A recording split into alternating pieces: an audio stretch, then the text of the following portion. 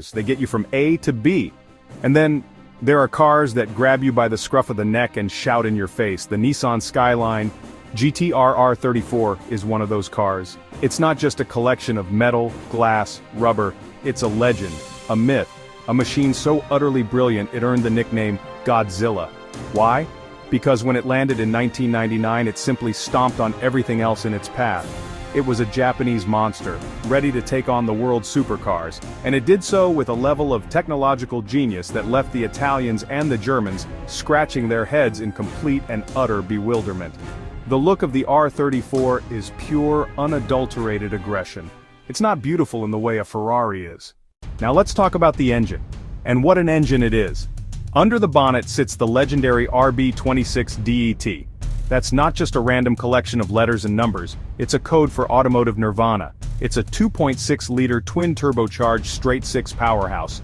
Officially, Nissan said it produced 276 horsepower. This was due to a gentleman's agreement among Japanese car makers not to advertise cars with more power. This of course is complete and utter nonsense. It was a lie. A brilliant lie. In reality, these engines were pushing out well over 300 horsepower straight from the factory, and they were only just getting started. The RB26 is a masterpiece of engineering, built for one thing: tuning. It has a cast iron block, which means it's ridiculously strong. You can throw massive amounts of turbo boost at it, and it just asks for more. It's like a weightlifter who just keeps adding more plates to the bar. Tuners quickly discovered that with a few simple modifications, a car can be brilliant, but to become a true legend, it needs a stage. And the R34's stage was global. Its biggest break came from a little film series you might have heard of, The Fast and the Furious.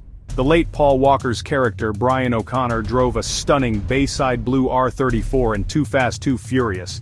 Suddenly, the GTR wasn't just a car for hardcore Japanese car enthusiasts anymore, it was a movie star.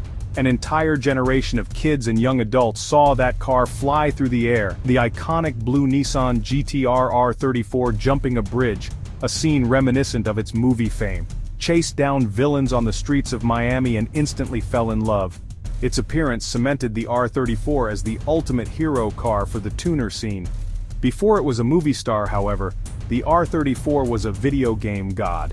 It was the undisputed king of games like Gran Turismo. Players from all over the world who could never legally buy or drive one in their own country. So why today, on September 21st, 2025, are we still talking about a car that went out of production over 2 decades ago? The answer is simple. The Nissan GTR R34 represents the pinnacle of an era.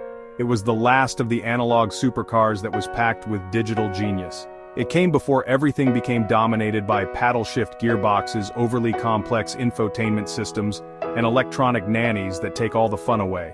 The R34 demanded you to be a part of the experience. It had a proper manual gearbox. You had to understand the car to get the best out of it. It was challenging, but immensely rewarding.